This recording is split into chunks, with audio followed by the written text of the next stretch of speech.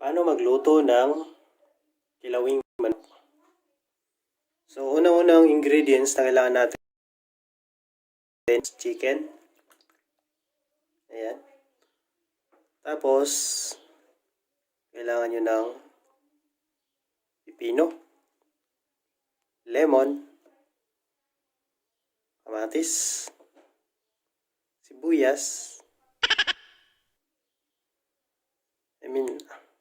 luya. Pero kailangan din natin ng sibuyas. Ayan, sibuyas. At yung ibang ingredients kagaya ng asin, vinegar. So, napaka-importante yon. So, ito yung mga ingredients and sisimulan na natin kung paano siya ipaprocess. So, let's start. So, first, kailangan nating magpainit ng mainit na tubig. Ayan, so, habang pinapainit natin yan, ngayon naman ay hihiwain natin ang ating breast chicken ng maliliit.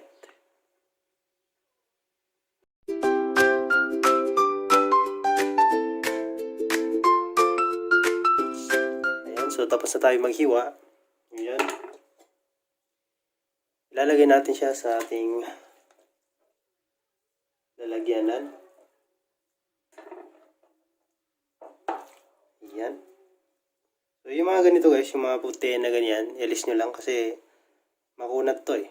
So huwag nyo na lang isali. So ito na yung pinainit natin na tubig kanina. So ibubuhos natin ito at hayaan nating maluto niya ito ng mga 5 minutes. So hindi naman siya maluluto ng sobra. So parang may steam lang siya. So mga 5 minutes guys. Ayan. So haluin lang natin para yung mga nasa ilalim ay mainitan o may steam.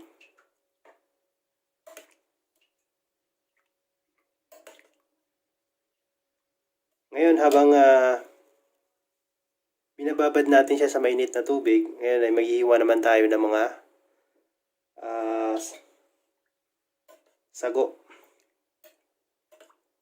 o mga lamas. So, sit aside muna natin ito habang nakababad na mainit.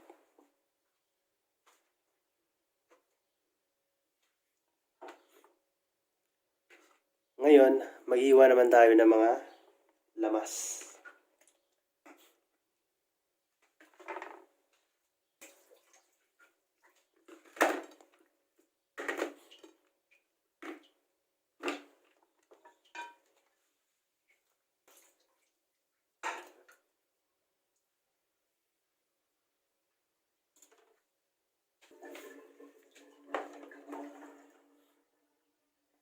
So, unahin natin yung kamatis guys. Isa ito sa main ingredients, ang kamatis at saka pipino. Hiwain lang natin na maliliit.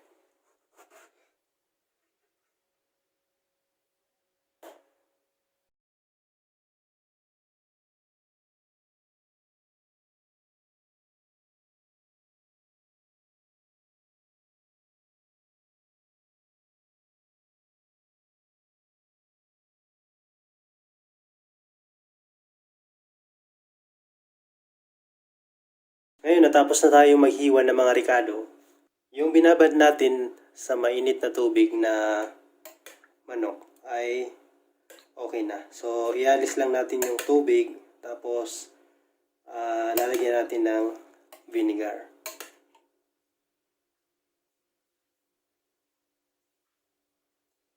Ayun, so naalis na natin yung pinagbabadan natin ng tubig niya. So, ngayon, itatransfer natin dito sa malinis na lalagyan.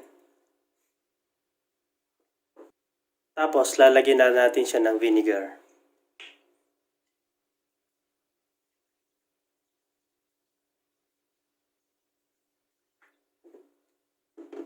So, halu-haluin lang natin yung vinegar. Yung manok na nilagyan natin ng vinegar. So, pwede nating piga-pigain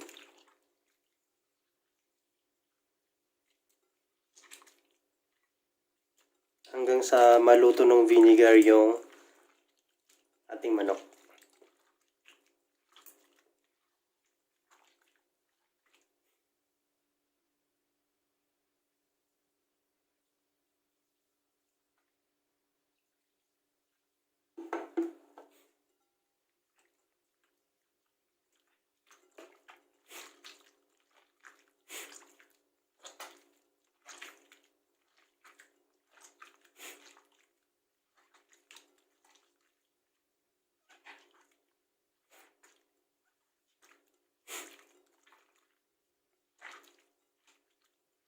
Ngayon, kapag sa tingin nyo ay okay na yung inyong manok, ialis na natin yung vinegar.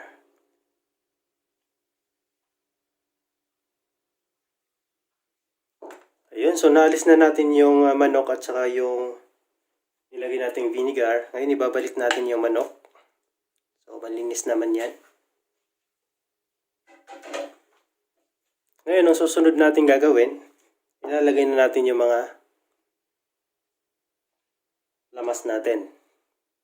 So, ito yung pipino at saka kamatis at saka sibuyas at yung mga ibang hiniwa natin na maliliit. Yung mga ricado natin. So, ilalagay lang natin.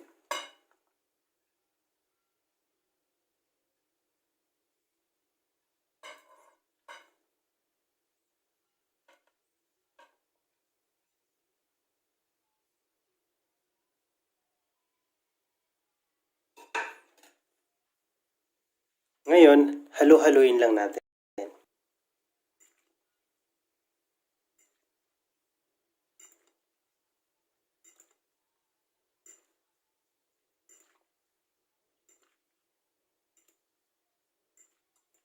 Asin.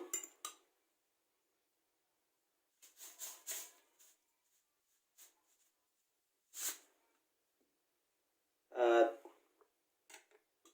pwede na natin pigaan ng lemon.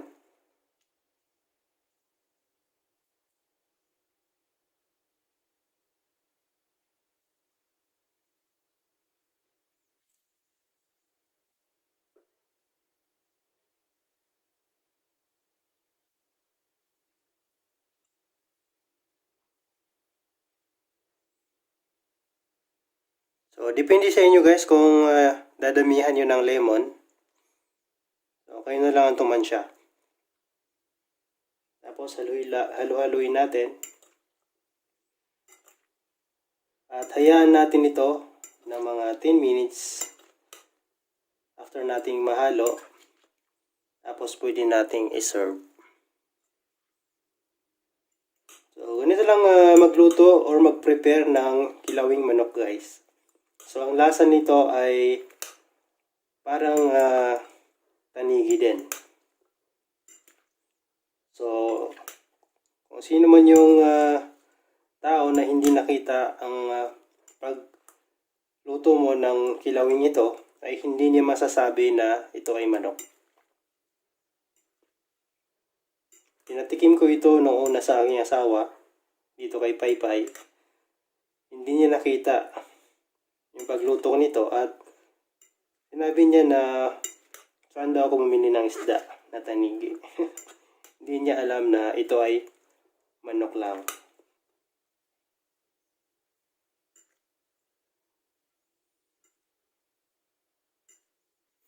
Ayan guys. So, tapos na ang ating kilawing manok. So, maraming salamat sa panonood. God bless you all.